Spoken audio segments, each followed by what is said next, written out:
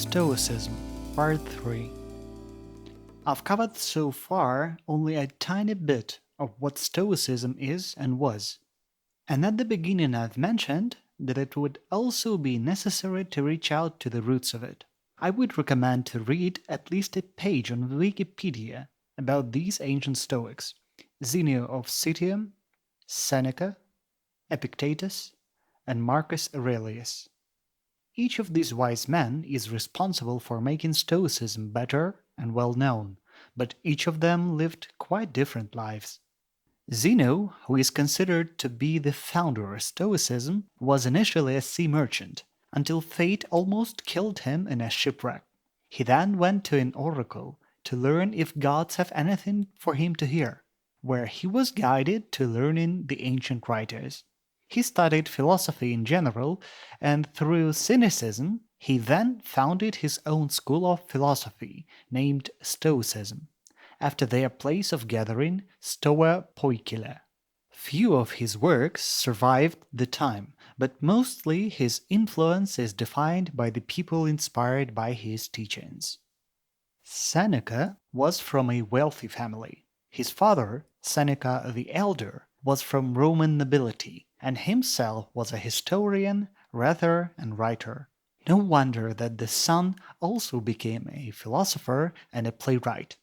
He also was Nero's advisor and the author of his campaign speeches. However, later Nero stopped seeing Seneca as a wiser man and was later driven down by the path of being filthy rich and filthy powerful, quite far from Stoic principles. Epictetus was raised as a slave in Rome. Unlike the usual man of labor, he got interested in philosophy, and his master fortunately allowed him to learn the Stoic works. He was freed when he was 18 due to the death of the Emperor Nero, and started to teach philosophy in Rome. About 25 years later, Emperor Domitian banished all philosophers from Rome, and Epictetus moved to Greece, to Nicopolis, and found his school of philosophy. Epictetus taught simply and straightforwardly, and every single piece of his teachings is applicable in life, whether of a slave or of a man of power. Marcus Aurelius was a Roman emperor, the last of the so-called five good emperors.